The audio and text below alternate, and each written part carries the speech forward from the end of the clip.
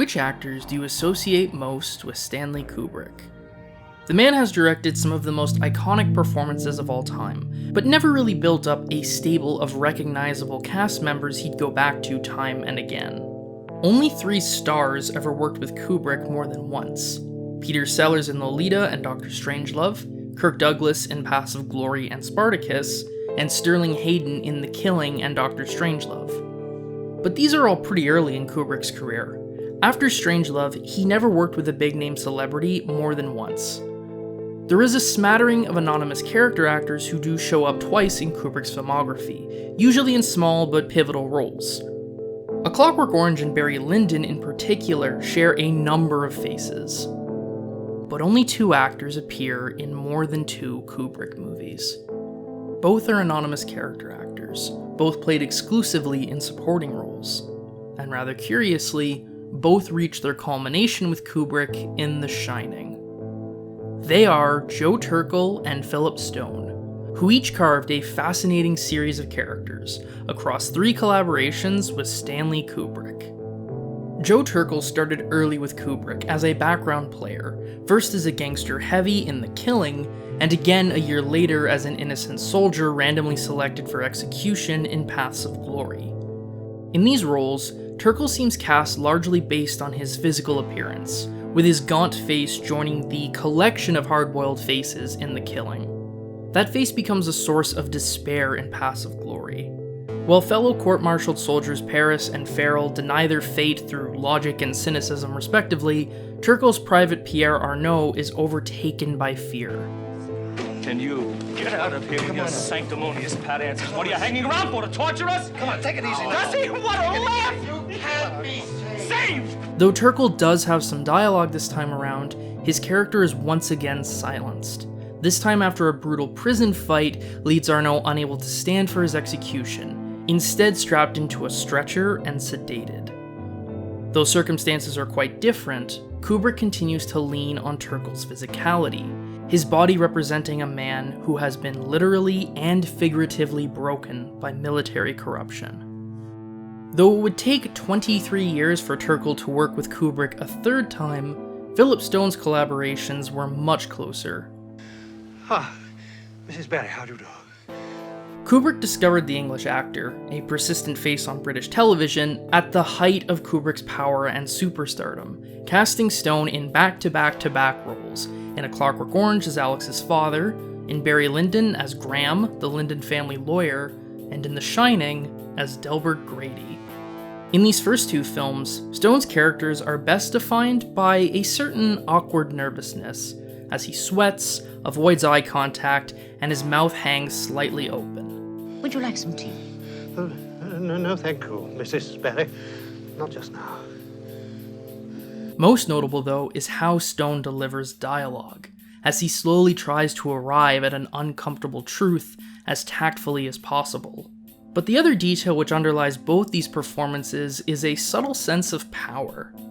Much as Stone acts nervous when kicking Alex out of his home or negotiating Barry's exile from England, in both of these scenes, he's actually the one holding authority. Now in Clockwork, this power is relatively faint.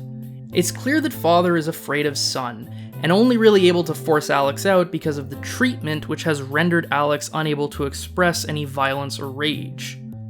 Joe the lodger also ends up being more of the aggressor in the scene, while Stone can fade into the background.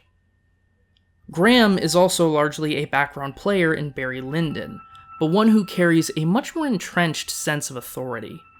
As the Lyndon family lawyer, Graham quietly sits in a key position of power, managing the wealth that Barry, in his ignorance and desperation, squanders. For all the nervous energy Graham demonstrates elsewhere, his cold stare while he watches Barry waste the Lyndon fortune shows a much more focused discipline. In negotiating the terms of Barry's anonymity and exile, Stone brings a similar awkwardness of having to tell someone bad news that he did in A Clockwork Orange, but without that same fear. Shall we get down to the matter at hand? Graham may be uncomfortable in this position, in large part for fracturing the politeness of aristocratic customs the rest of the film has so carefully observed up to this point, but he's also frank in outlining how utterly powerless Barry is by this point. And unlike Barry, who throughout the film has had to claw and con his way to what meager power he held, Stone does not emphasize his authority. To go just by these 4 films, neither Turkel nor Stone make a particularly strong impression, which isn't really a knock against either actor, as these roles aren't designed for show-stopping theatrics. These are supporting characters in the truest sense of the word, intended to prop up the major characters and help flesh out a film's world. And both men do just that marvelously, but these aren't the kind of performances you find yourself discussing in the lobby, each man overshadowed by larger personalities and the scope of the story. That would change with The Shining. In their final collaboration with Kubrick, Joe Turkel and Philip Stone would move from the background to the fore, each cast as an ominous spirit whose initial friendliness thinly veils a sinister intent. They are Lloyd the bartender and Delbert Grady, 2 of the most quietly terrifying faces in all of horror cinema. That The Shining was Turkel and Kubrick's first collaboration in 2 decades adds another layer to Lloyd's surprise appearance. The shock is not just of a ghost in the Overlook, but a ghost too of Kubrick's own past unexpectedly returning. As before, much of Turkel's power comes from his physicality.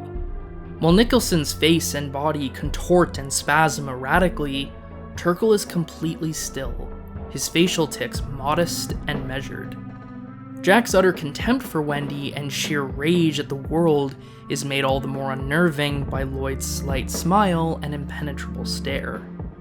Just as Lloyd accommodates Jack at the bar, so too does he calmly prompt Jack's worst impulses, subtly reinforcing Jack's beliefs and telling him, "You're right." Women. Can't live with them, can't live without them. But unlike Turkel's prior turns for Kubrick, the most memorable aspect of Lloyd might well be his voice. Silent in The Killing and silenced in Passive Glory, Turkel's deep voice emerges here with understated menace. Orders from the house. While Jack's voice wavers through many tones in his endless rambles, Lloyd's dialogue is short and direct. I hope it's nothing serious. Turkel articulating every word with perfect clarity, every syllable and enunciation feeling deliberate.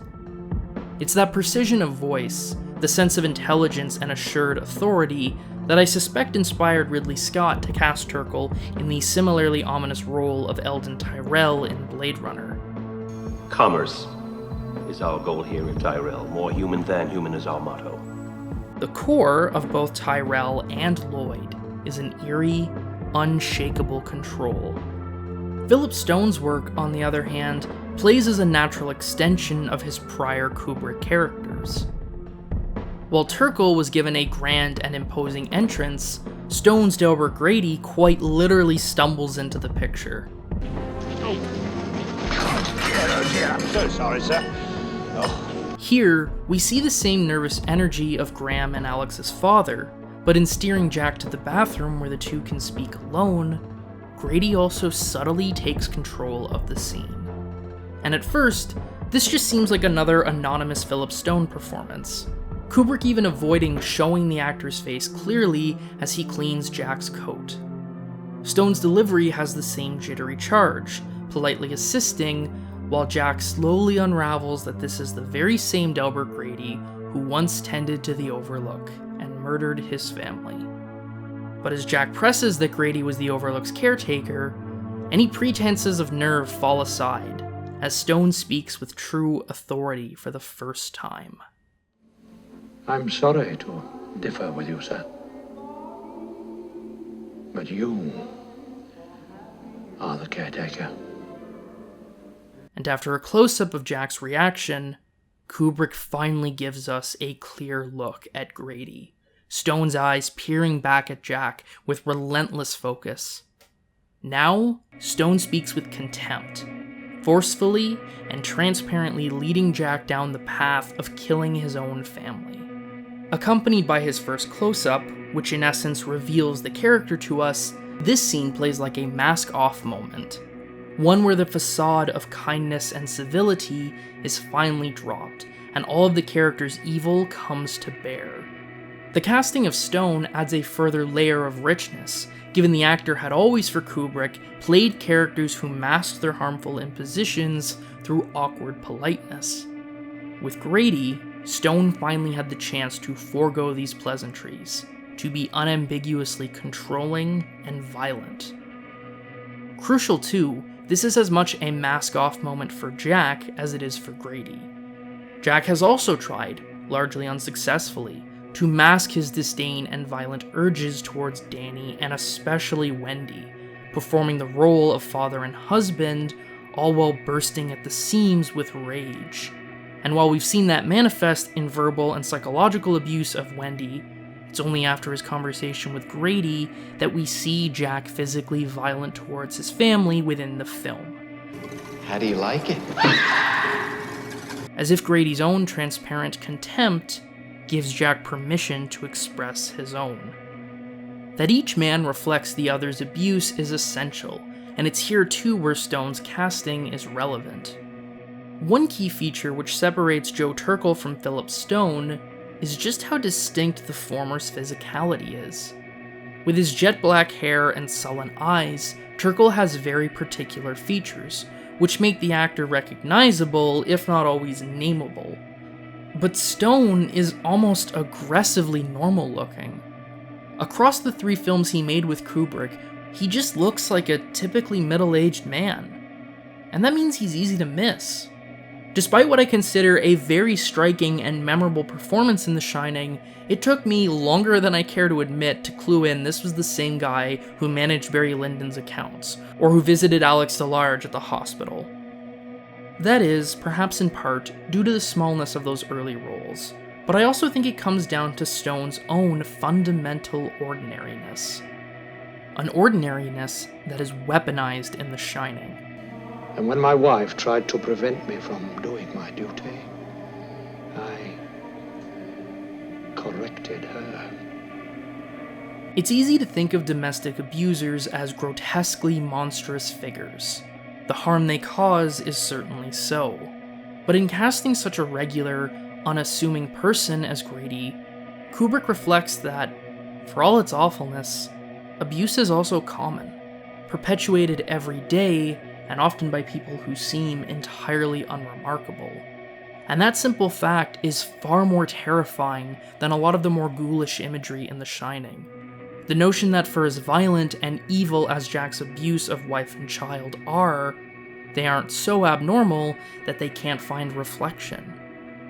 Stone's performance helps to bring that abuse into the realm of normalcy, all the more crucial when played against Jack Nicholson. Because for as much as Nicholson does give a frightening performance, he's also still an incredibly charismatic movie star who is fun to watch. This isn't a hindrance to Nicholson's acting, but it does make watching Jack's character a little safer. Not so with Stone, who in his anonymity and perceived normalcy surprises and unnerves the audience. The Shining was a summary and culmination for 2 character actors and their legacy of underappreciated work with Stanley Kubrick. For Joe Turkel, that meant an opportunity for his vocal work to shine after previously being used more for his physicality. For Philip Stone, The Shining allowed for an extension of the characters he'd played previously, while also embracing a ruthlessness previously untapped. And it's rewarding to watch each actor evolve significantly between films, despite the smallness of some of the parts. I realize Kubrick isn't the most sentimental of directors, but there's something charming about 2 unknowns who spent years as background players suddenly being given a major showcase, and for each man to knock it out of the park no less. But it turns out, I was wrong. I took another look at Kubrick's filmography, and it turns out the actor with the most appearances is technically Vivian Kubrick, with cameos in 2001, Barry Lyndon, The Shining, and Full Metal Jacket. So, I guess nepotism was the answer all along.